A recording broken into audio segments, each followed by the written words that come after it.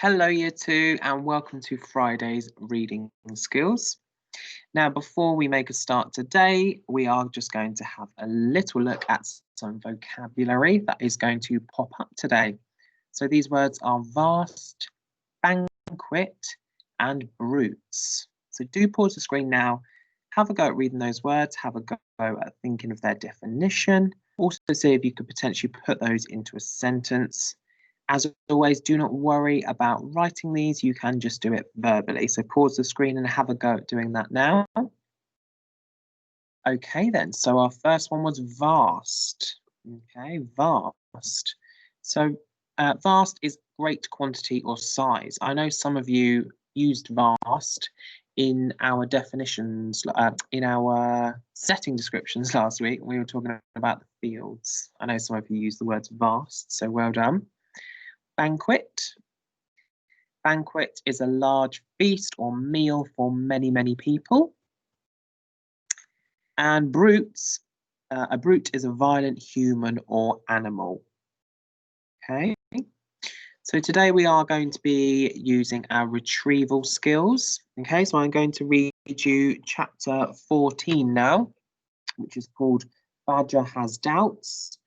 If you have a copy of the book at home, it is page 58. So you can read along with us. If you don't, do not worry, you can read along on the screen. As always, do pause the screen and have a go at reading it by yourself first. I will be reading through the text. So, just one more visit, cried Mr. Fox, and I'll bet I know where that'll be, said the small fox. Now left. He was the smallest fox of them all. Where? Asked Badger. Well, said the smallest fox, we've been to Boggis and we've been to Bunce, but we haven't been to Bean. It must be Bean. You are right, said Mr. Fox. But what you don't know is which part of Bean's place is where we are about to visit. Which? They both said together. Aha, said Mr. Fox. Just you wait and see. They were digging as they talked. The tunnel was going forward fast. Suddenly, Badger said, doesn't this worry you just a tiny bit, Foxy? Worry me, said Mr. Fox. What? All this stealing. Mr. Fox stopped digging and stared at Badger as though he'd gone completely dotty.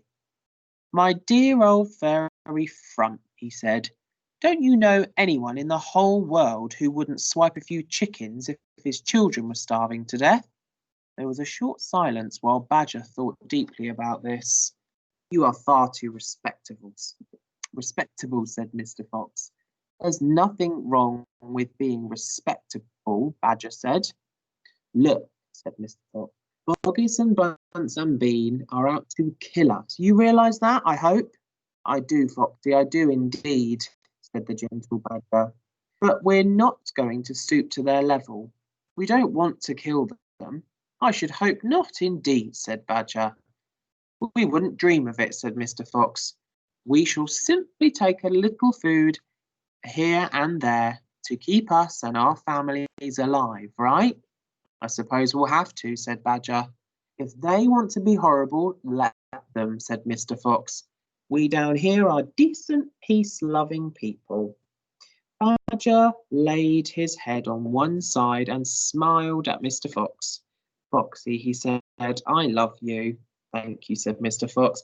Now let's get on with our digging. 5 minutes later, Badger's front paws hit against something flat and hard. What on earth is this? He said. It looks like a solid stone wall. He and Mr. Fox scraped away the soil. It was a wall, but it was built of bricks, not stones.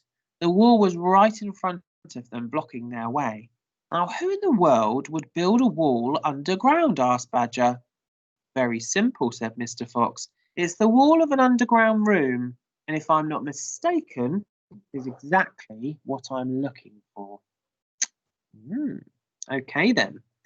So, your first retrieval question then is, what was worrying the Badger? Okay, so the badger started to become quite worried in this chapter. The chapter was called Badger Has Doubts. When you start to doubt yourself, you start to become a bit worried and maybe a bit regretful. So what was Badger worrying about? It was right at the start of the chapter.